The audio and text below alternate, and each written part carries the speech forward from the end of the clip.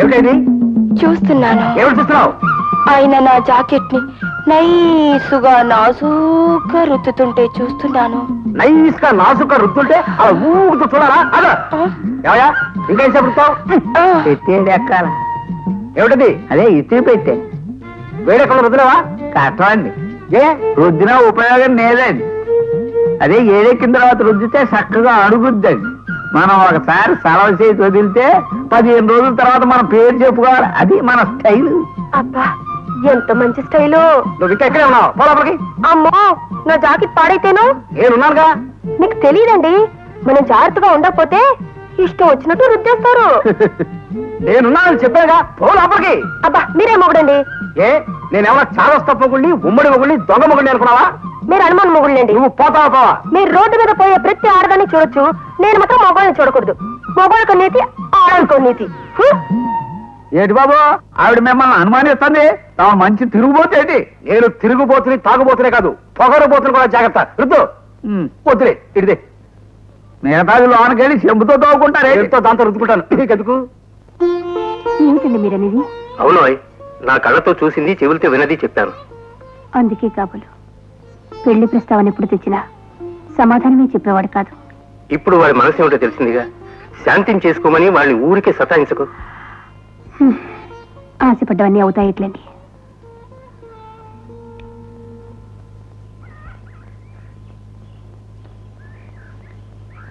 ఇదేమిటి ఈ అవతారం ఎత్తావు ఇవాళ? దేవుడు 10 అవతారాలతోనే సరిపెట్టుకున్నాడు. ఈ 37 కుటుంబాల ఎవరికి ఏ ఇబ్బంది వచ్చినా మనమే మొయ్యాలి గనక రోజుకు 37 అవతారాలు ఈ రజని ఎత్తక తప్పదు. అయితే నా కోసం కూడా ఒక అవతారం ఎత్తాలి. నువ్వు నీకోసం అయితే ఏ అవతారమైనా ఎత్తుతాను. మా వదిన నిన్ను ఒకసారి తీసుకురమ్మంది. ఎందుకు? కొలతలు కావాలట. దేనికి? అదే నీ ఒడ్డు పొడుగు పిలక నడు అన్ని కొలతలు చూసి నువ్వు నాకు సరిజోడువో కాదో తేల్చేస్తానంది. ఓహో పెళ్లి చూపులా? అవును. అయితే ఇంకే పదండి ఒక పని అయిపోయినట్టుంటుంది రండి. ఆగాగు, ఇలాగే వస్తావా? లేకపోతే సబ్బుతో ముఖం కడుక్కొని పౌడర్ రాసుకుని రమ్మంటారా? అక్కర్లేదు. ఉంది ప్యాంటు బనీను తిప్పేసి పుల్లింగంలోంచి స్త్రీలింగంలోకి మారిపో. అయ్యయ్యో చీర కట్టుకోమంటారా? బాబు నేను పుట్టి బుద్ధి ఎరిగిన తర్వాత చీర కట్టుకుని ఎరగను, నా వల్ల కాదు, నన్ను వదిలేయండి. సరే కట్టుకునేవాడిని, నాకు తప్పుతుందా? నేను కడతాను చీర. ఈ ప్యాంట్ మీద కడతారా? Pant pant విప్పను. విప్పకపోతే మన పెళ్లి మరో ఏడాది వాయిదా పడిపోతుంది. వద్దు బాబు వద్దు, నేనే చీర కట్టుకుంటాను. సర్లే నీ ఇష్టం వచ్చిన పద్ధతిలో కట్టుకుంటా. డాడీ డాడీ బాబాయ్ ఎవరో ఆంటీని తీసుకొస్తున్నాడు. ఏమోయ్ త్వరగారా, నీ మరిది నా మరదల్ని వెంటబెట్టుకొస్తున్నాడు. వస్తున్నా. ఏమిటి నడక? స్టైల్ మార్చు. ఎలా? ఎలాగా చూడు.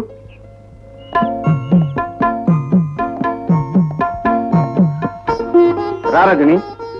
వదినా వదినా, ఈ అమ్మాయి రజని. ఏది నాతో పాటు ఇంతకు ముందు వచ్చిందే? పారాన్ని రాయించుకునే వరకు వచ్చి పారిపోతే ఎలా? రా.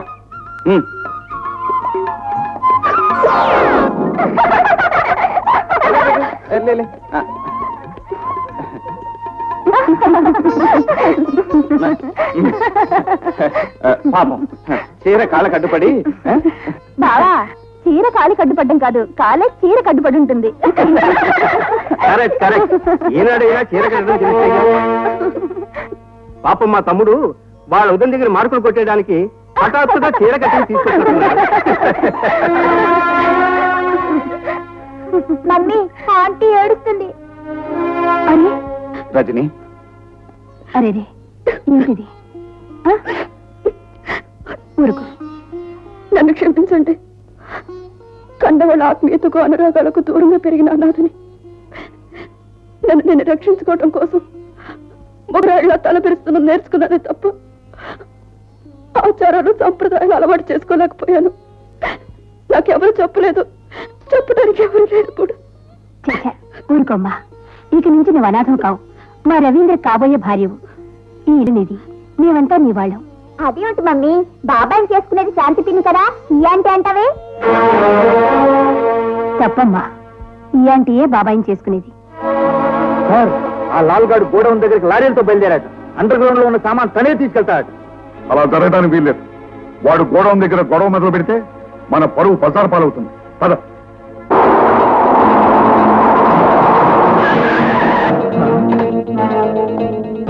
ఏమిటాయా వాళ్ళు నువ్వు చేస్తున్న పని? ఏం చేయమంటారండి, అర్జెంట్ గా సామాన్ అంతా డిస్పోజ్ చేయమని ప్రెసిడెంట్ గారే చెప్పారు.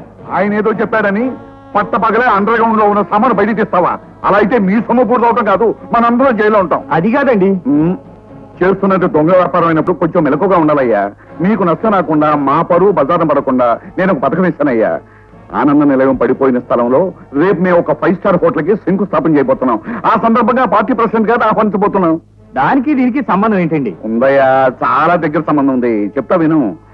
రేపటి శంకుస్థాపన సభలోనే మొన్నటి తుఫాను బాధితులకు విరాళాలు ఇస్తున్నాం. ఆ 37 కుటుంబాల వాళ్ళు సకుటుంబంగా అక్కడే ఉంటారు. అదే సమయంలో ఇదే లారీలో నువ్వు అండర్ గ్రౌండ్ లో ఉన్న సామాన్ని అత్రహస్యంగా అక్కడి నుంచి తరలించాయి. ఓకే, లారీలు వెనక్కి చెప్పడా. ఒరే మురళి, ఇదేమిటో ఇక్కడ కూర్చున్నా? నాన్న చదువుకోవద్దంటాడని ఇక్కడ కూర్చున్నానమ్మా. నీ అయ్య లేడురా. గంగమ్మ, ఈ రోజు తుఫాన్ బాధితులందరికీ మన పాత బంగ్లా దగ్గర డబ్బులు ఇస్తున్నారు. మా ఆయన పొద్దున్న లేచి అక్కడ పోయాడా అనుకున్నాను. అయితే అక్కడికి వెళ్ళి ఉంటాడులే. డబ్బు తీసుకుని ఈ పాటికి తాగి పడిపోయి ఉంటాడు. అవునే గంగా, శివయ్యకి తెలియకుండా వాళ్ళు ఇచ్చే డబ్బు దాచిపెట్టి కుర్రాయిని సరస్వతి విద్యాలయంలో చేర్పించు. బాగా చదువుకుంటాడు. పద గంగమ్మ, మనం వెళ్ళి అన్నం వెళ్ళండి, నేను మురళి చూసుకుంటాం. తాత తాత మన ఇద్దరు చదువుకుందాం.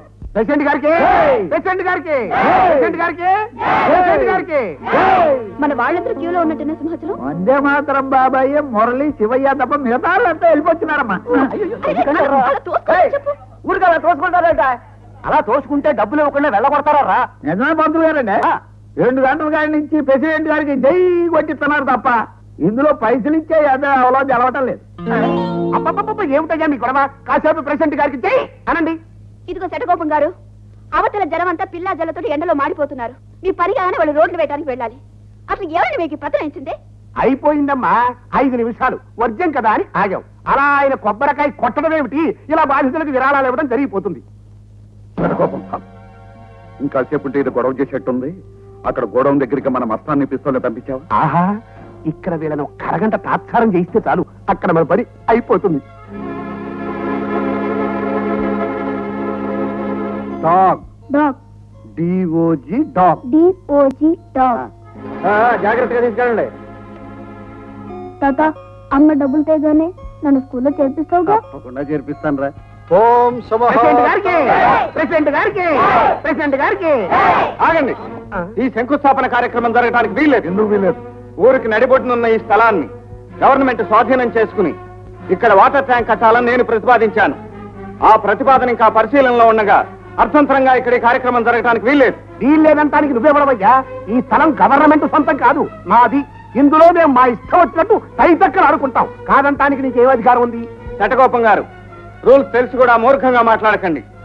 ఈ టౌన్ లో ఏ శంకుస్థాపన జరిగినా మున్సిపల్ ఇంజనీర్ గా నా ఆమోద ముద్ర ఉండాలి. మీ 5 స్టార్ హోటల్ ప్లాన్ నేను అప్రూవ్ చేయలేదు. అంటే నా స్థలంలో వాటర్ ట్యాంక్ కడతావా? అవును. ఊరుమ్మడి సౌఖ్యం కోసం నా ప్రతిపాదనను మీరు బలపరచవలసిందే. అంటే ప్రైవేట్ హౌస్ని ప్రభుత్వ పరం చేసేయమంటావా? కొత్త విషయం విన్నట్టు విస్తుపోకండి చైర్మన్ గారు. పాత రికార్డులు తిరగేయండి. మీ తాలూకు వాళ్ళ మేడలు కూల్చి రోడ్డు వేయాల్సి వస్తుందని ప్లాన్లే మార్చి ఎన్ని గుడిసెలను మీరు బుల్డోజర్తో పెకలించి రోడ్లు వేయించారో, అందుకు ఏ ఫైళ్లు తారుమారు చేశారో ఒక్కసారి వెనక్కి తిరిగి ఆలోచిస్తే మీకే అర్థం అవుతుంది. నువ్వు నిరూపించగలవా? సాక్ష్యాధారాలతో సహా. అది మెజారిటీ వ్యక్తుల నిర్ణయం అయ్యా.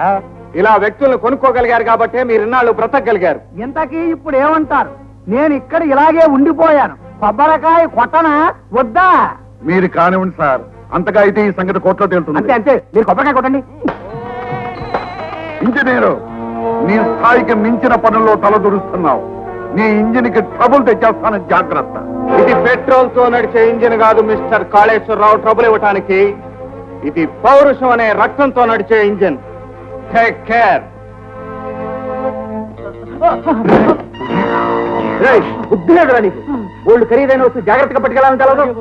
తీసుకెళ్ళ. ఏమిటిది? ఆగండి.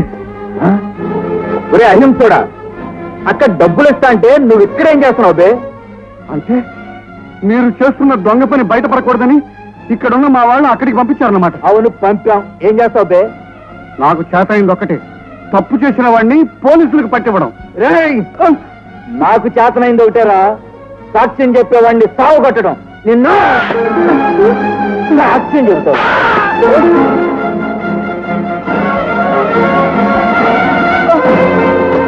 రేయ్, అహింసరా. రేయ్, రేయ్, అహింసరా. రేయ్, ఎక్కడికి పోతావురా నాయన? రేయ్, అహింస నీతి అని పిచ్చి కబుర్లు చెప్పే నీలాంటి ముసిల్లాయాళ్ళని ఏం చేయాలో నాకు బాగా తెలుసు. చావరా అహింసరా.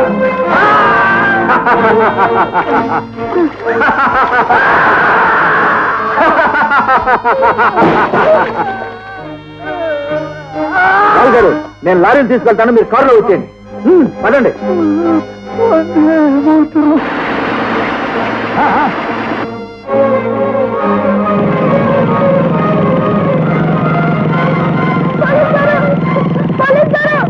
ఏడు బాబు, అక్కడ మా తాతను కొడుతున్నారు. అలాగా ఎక్కువ.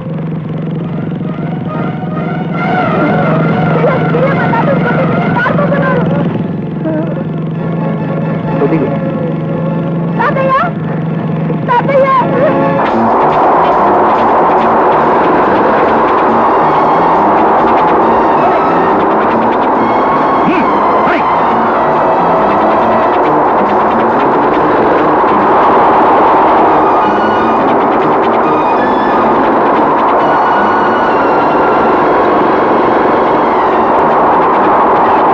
వీడు ప్రాణాలతో పెట్టుకుంటే ప్రమాదం. దారికి చిక్కటం చేద్దాం పని.